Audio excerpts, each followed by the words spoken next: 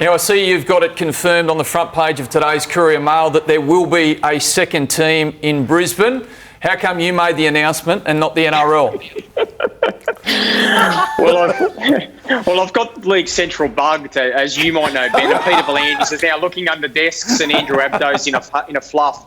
But look, I can tell you that on Friday, there will be a formal expression of interest sent out to the three big teams. This is now on, Ben. This is serious. We've seen 10 years of broken promises, near misses, and expansion hopefuls. Well, it's now getting serious. They will submit their expression of interest, the three big teams, the Firehawks, the Dolphins, and the Brisbane Jets. They will then have a month to compile their bid and to provide all the necessary data for the NRL Commission to peruse over the next month to 6 weeks, and there will be a formal announcement in July sometime. Now, at the moment, expansion isn't locked in for sure. The numbers have to stack up, but I'm told the numbers will stack up. There will be a second Brisbane team in 2023. Which leads us to our final talking point. Kenty wants to know how the job application's going for Wayne Bennett in Brisbane. Yes, well, Wayne's hired Paul Kent consultants to sift through the... I think he's already got Peter Bedell consultants. Well, you charged about $500 an hour, Kenty. He couldn't afford you. Oh, come on. But I'm told, guys, look, I've spoken to a couple of the big teams. He's definitely in the sights of Redcliffe and the Brisbane Jets. Now, I'm told the Brisbane Jets have a budget of about $1 million a season to sign Wayne Bennett.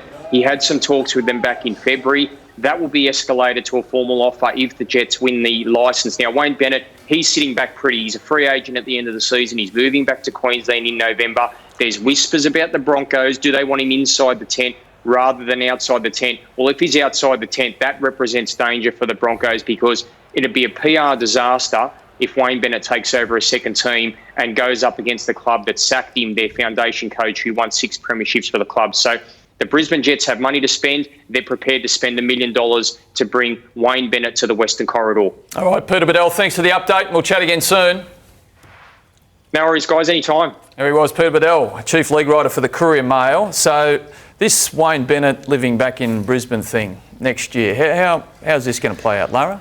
Well, to be honest, I couldn't imagine him being back at the Broncos, but I've had some conversations tonight, and it's my understanding that Kevin Walters would not be opposed to having him back there, and that he could do whatever he wanted as long as he's back at the Brisbane Broncos, for all that he can add to the club from a roster point of view, from a coaching point of view, and from, as we know, the corporate dollars that he would bring back to the club. So say that again, Kevy would happily have Wayne back at the Broncos in whatever role Wayne chooses. That's what I've been told. Won't happen.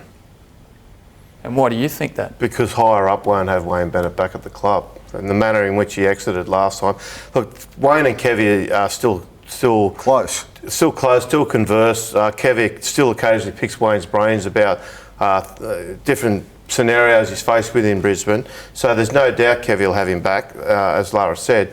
But it's not Kevy's decision, and higher up will not allow him back in the club. We heard Dave Donaghy say only on Monday or Tuesday that it's important that the club gives Kevy all the support that he needs to get the job done. Yeah. And if the head coach goes to the board, I'm not saying he has, but if he was to do that and says, I want him back here, it would make my job easier to attract players, to retain players, to get this club back to where it belongs.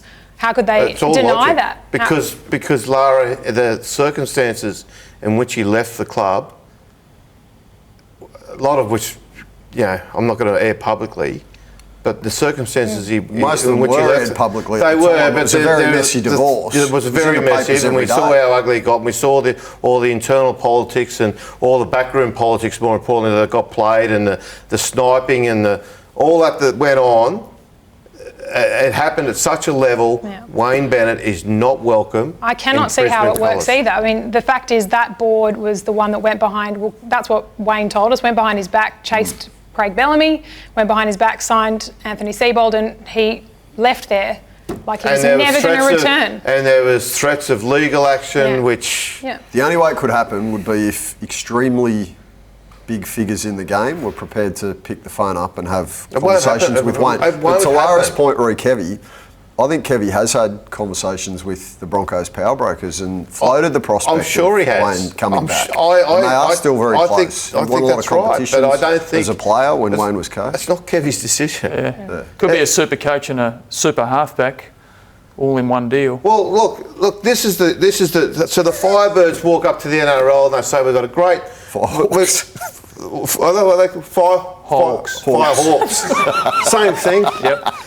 Firebirds is a netball team, isn't it? Anyway, Firehawks walk in. They say to the NRL, we've got this great proposition. Look, this is what we're club. Here's our coach, Wayne Bennett. And next, okay, it's great. The Jets walk in. They say, look, we've got this great proposal here. Look at this. And our coach, it's Wayne Bennett.